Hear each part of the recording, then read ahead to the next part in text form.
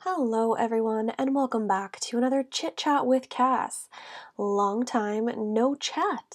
Yes, I'm back with another podcast episode, and today I'm going to be sharing a bit of a movie review, just my thoughts and opinions on Birds of Prey. So I finally got to see this movie actually earlier in June on my birthday. It took me some time, Corona be taking up my time, and I've been focused on a lot of other stuff, but here we are. So if you know anything about me, I am a fan of different comic storylines, movies, etc., whether it be Marvel or DC, although I did grow up as a big DC fan. So let's dive into Birds of Prey. Just a warning, this will probably have some spoilers in it, so if you have not seen this film yet, take this as your warning. Spoiler alert. So, Birds of Prey and the Fantabulous Emancipation of One Harley Quinn. That is a really fucking long ass title. So, as I said, I'm a big DC fan, and growing up, a lot of my favorite comics, storylines, and characters came from the DC world, and Birds of Prey was one that I really, truly loved. From the WB show, I loved that show to bits. And some of my favorite storylines have actually come from Birds of Prey comics, side stories, etc. So I would say that I'm a Birds of Prey fan, and the characters that come along with this particular group within the DC world. So I will say that when this movie was announced, I was immediately a bit annoyed because why is Harley Quinn in a Birds of Prey movie? And we'll get more on that. So this group of ladies features Renee Montoya, played by Rosie Perez, Helena Bertinelli and/or Huntress, played by Mary Elizabeth Winstead, Dinah Lance and/or Black Canary, played by Journey Smollett, Cassandra Kane, played by Ella J. Basco, and of course, Harley Quinn, played by Margot Robbie. I will never not like Margot Robbie as Harley Quinn. I think she is a spectacular casting of this character. Her performance is just always perfect, and she does a wonderful job at bringing the cartoon character from my childhood to life. So I will never have any complaints about Margot Robbie in the role as Harley Quinn. However, this was very much a Harley Quinn movie and not a Birds of Prey film, so it was a very interesting decision on DC and/or Warner Brothers' part. I've heard a lot of people calling this Birds of Prey prequel, and that would kind of go with it because it's very much more of an introduction that barely touches the surface on really what Birds of Prey is. It's a Harley Quinn movie, let's be honest about that. The spotlight is on Harley, and it really takes away from the other characters, and their character arcs suffer because of that. As I said, I love Harley, but the other characters do suffer because of that. And I know these characters. I'm familiar with their storylines or their backstories. If you don't, their introductions could be a little bit confusing or lackluster. So let's go over each of these lovely ladies. Renee Montoya she was okay. She was okay. I got the feeling she was very much placed in this as an older leader of the bunch, if you will. And she wasn't bad. I just found her to be kind of okay. And it could be because there wasn't enough time put into the introduction or time on character management, if you will, within this film, because so much of it was focused on Harley. But Renee Montoya, in my opinion, was a replacement for Barbara Gordon. Now, Barbara Gordon and/or Batgirl and/or Oracle, she is often attached and leads the Birds of Prey as Oracle. I'm used to these storylines. I love Barbara's place in the Birds of Prey and her place as Oracle. I kind of figured they weren't going to go that route with this movie because bringing in, Batgirl, Oracle, Barbara Gordon into this probably wouldn't have fit well.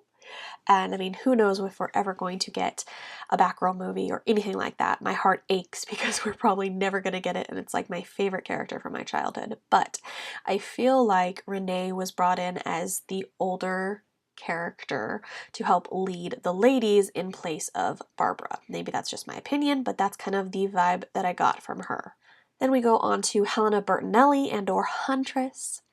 I will say that when it comes to the Birds of Prey storylines, I am actually a fan of Helena Kyle and or Helena Wayne. That is the version and or Earth where Batman and Catwoman have a daughter together, and she becomes Huntress, her own version of Huntress, and sometimes she's metahuman, sometimes she's not, but I am a fan of Helena Kyle and or Wayne. But I knew that they were going to use Helena Bertinelli in this film when it was announced because she is the more popular Huntress, if you will. She is more recognizable as Huntress and the Bertinelli name within DC and Gotham, if you will. So I already knew that we were going to get Helena Bertinelli instead of my favorite, but that's okay. I will say that I was disappointed with this character, and not for the reason that you may think. I think that Mary Elizabeth Winstead was perfectly casted in this. A lovely choice, and she did a really great job as Helena. But we barely got to see her. And this has to do with the timing of the movie, the pacing of the film, and the overall script. She had some funny lines, but it was very quick.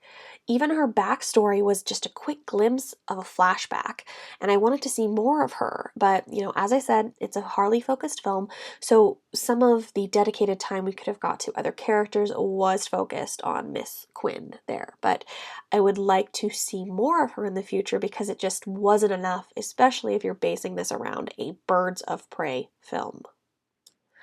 Moving on to Dinah Lance and or Black Canary. I am a huge fan of various Black Canary versions, and this one was no different. I really enjoyed this version of Canary, and as I did with Helena, I would like to see more from her.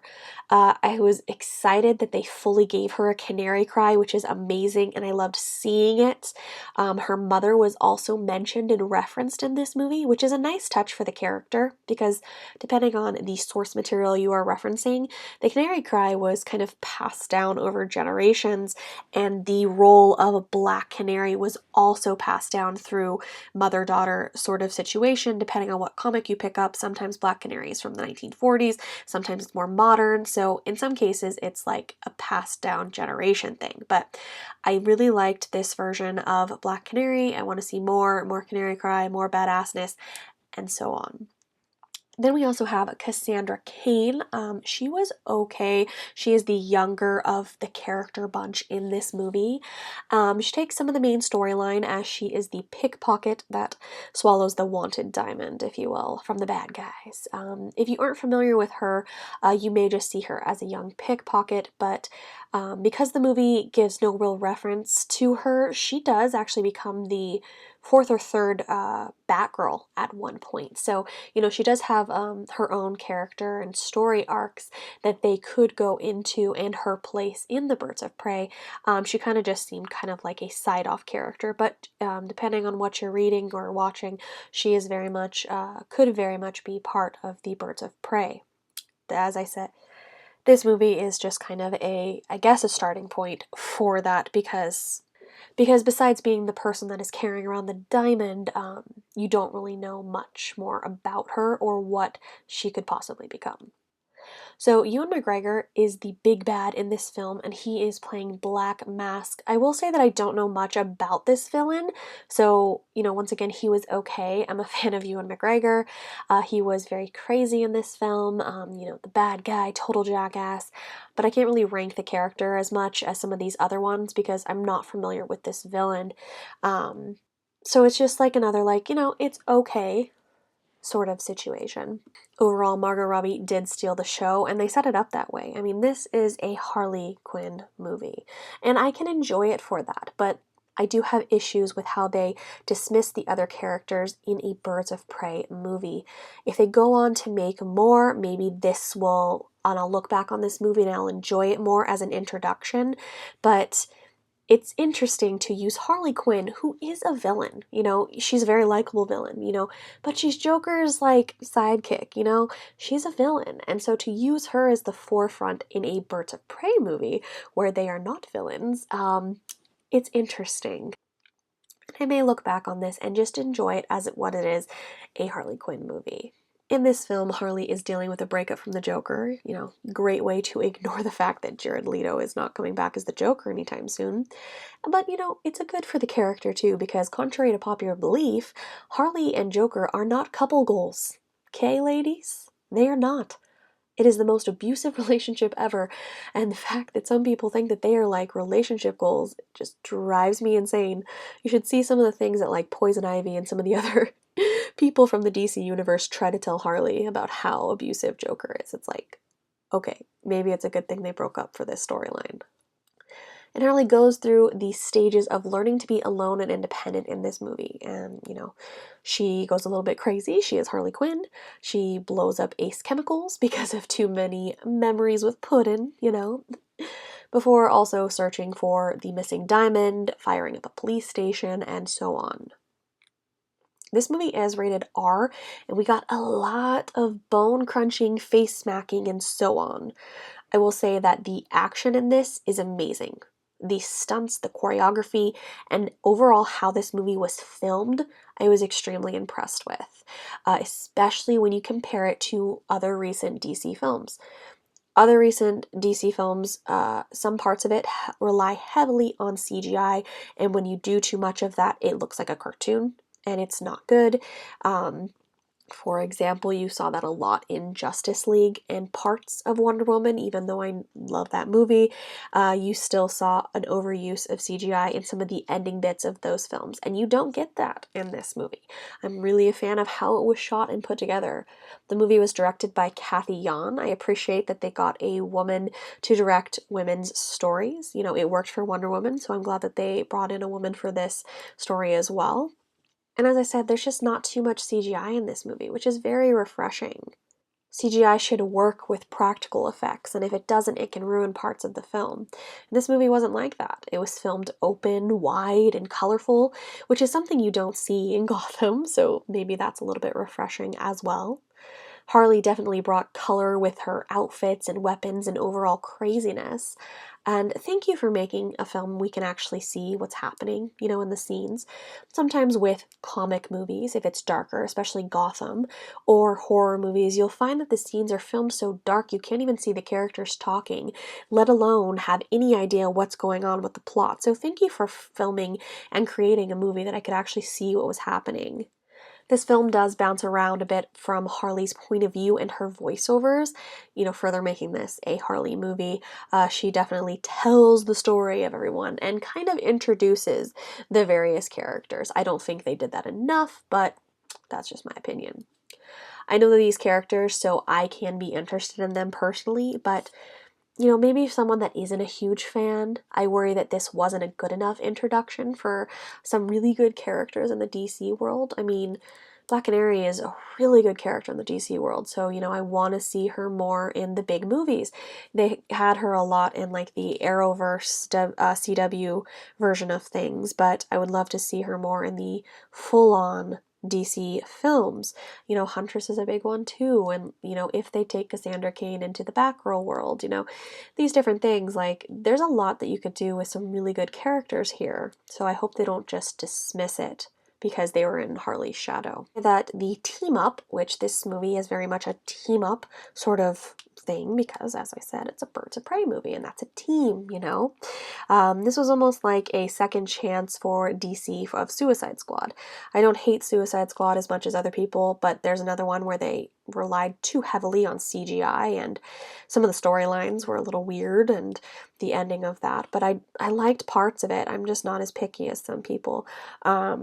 But this one could have had the potential for a better team up, but the women actually team up in this very late in the movie.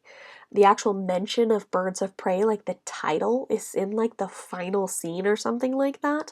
So while I like their time together and like them teaming up and deciding that they have to work together if they're gonna take down the other bad guys, I mean, you have Harley Quinn, who, as I said, is a villain. Black Canary in this, Dinah Lance, has been working for Black Mask. In this, Cassandra Kane is a pickpocket, and Huntress has been going around killing people that killed her family. And then Renee Montoya is like a rogue cop at this point. So you do have, like, they're not all perfect, but they all decide that they have to team up to take down the big bad, if you will. And those parts are good. It just happens very late on in the movie. And you kind of see at the end of this film that they are going to continue on. You know, they call themselves the Birds of Prey, I think Harley says in her final voiceover. Except for Cassandra Kane leaves with Harley, so I guess she's not part of it. It's just Renee Montoya, a Huntress, and Black Canary. So we'll see. I'm curious what they will do moving forward.